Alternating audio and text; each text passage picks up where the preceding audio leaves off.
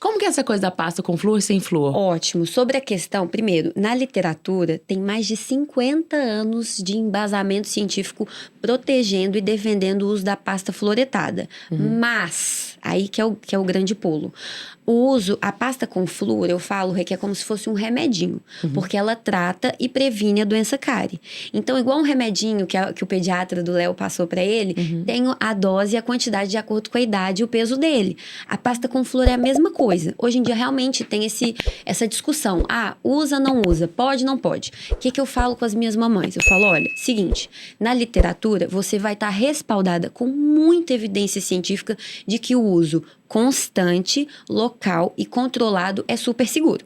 Por isso que é importante ao odontopediatra falar, olha, tem tal peso o seu filho, usa tantas vezes por dia, um grãozinho de arroz, um grãozinho de ervilha. O problema do flúor é porque eles ainda engolem, eles é isso? Engolem, o problema exatamente. Não é o flúor em si. Exatamente. Porque a gente consegue expelir, eles não sabem, né? Eles não conseguem ainda. Então, a grande charada do flúor sem flúor é porque não tem problema local, é isso? Exatamente. O problema é, tipo... a deglutição e o tanto que ele vai deglutir aquilo ali, a frequência. Até porque tem gosto de fruta. É uma delícia. E as pastinhas, elas realmente têm esse plus, né? Gostinho de tutti-frutti, de desenhos, até como se fosse uma forma de incentivar a escovação. Sim. Só que quando chegam aquelas famílias pra mim, olha, Rebeca, eu não quero pasta com flúor. Primeiro que eu respeito a filosofia de todas as famílias, mas eu gosto de usar a literatura pra explicar. Então eu falo, olha, mãe, tranquilo, não tem problema. Mas, pensando na prevenção da doença cárie, você vai ter que ficar muito rigorosa no controle da dieta dele e na escovação. Porque a cárie é uma doença crônica, açúcar biofilme dependente. Então, o que isso quer dizer? Que ela só desenvolve quando a gente tem uma ingestão de sacarose e glicose descontrolada. A balinha, o biscoitinho, o polvilho, o biscoito maisena, o biscoito água e sal, pão, né? Que a gente nem sabe que tem açúcar. Exatamente. Num período frequente, então aquela criança que não tem rotina alimentar e além disso, ela não faz a escovação. Claro que o bebê não vai conseguir, por isso que um adulto precisa escovar. Então, quando a criança tem uma ingestão descontrolada e não faz a remoção mecânica da sujeira, ele não faz a escovação, aquilo ali vai causar o desenvolvimento da doença cárie.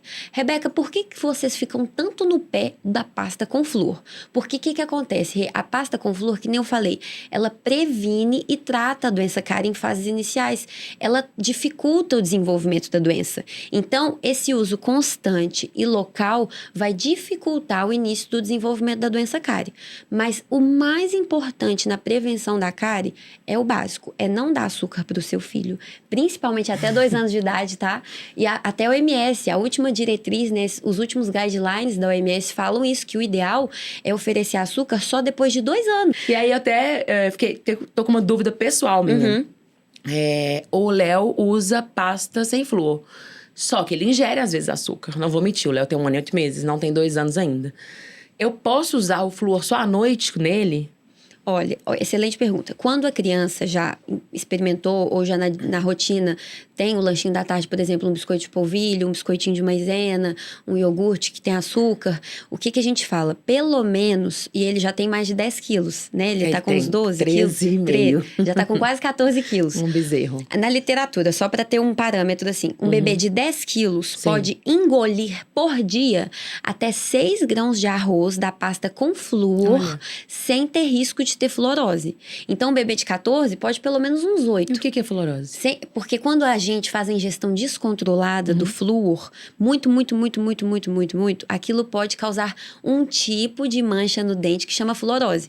Não é o mesmo tipo de mancha de cárie, não é o mesmo tipo de mancha dos defeitos de esmalte. Tem um outro perfil. Mas aí é no dente de leite? No permanente. Excelente pergunta. Meu Deus. Porque o permanente, lembra que ele tá em formação? O de leite, por mais que ele ainda não tenha, como ele ainda não tem 3 anos, ele ainda não vai ter todos os dentinhos de leite em boca. Ou seja, açúcar é muito pior que eu imaginei. É muito ruim. E aí, o que acontece? Pensando no caso do Léo, especificamente, 14 quilos, a ingestão dele de sacarose, de açúcar, é muito controlada. Experimenta aqui, experimenta colar. Sim. Ok, o que vocês podem fazer? Na escovação da manhã e da noite, um grãozinho de arroz da pasta com flúor. Pronto, por quê? Essa escovação no início do dia e principalmente para dormir são muito eficazes na prevenção da doença. Lembrando que, por mais que ele coma, Rebeca, ele experimentou um biscoito maisena, comeu um bolinho da vovó, coisas pontuais, ele tem rotina alimentar. Isso que é o mais importante. Sim. Porque a literatura mostra isso, Rê.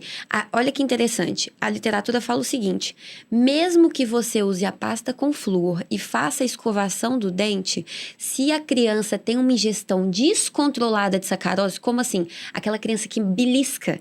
Eu brinco que é aquela criança que anda com uma mamadeira numa mão e um biscoito na outra.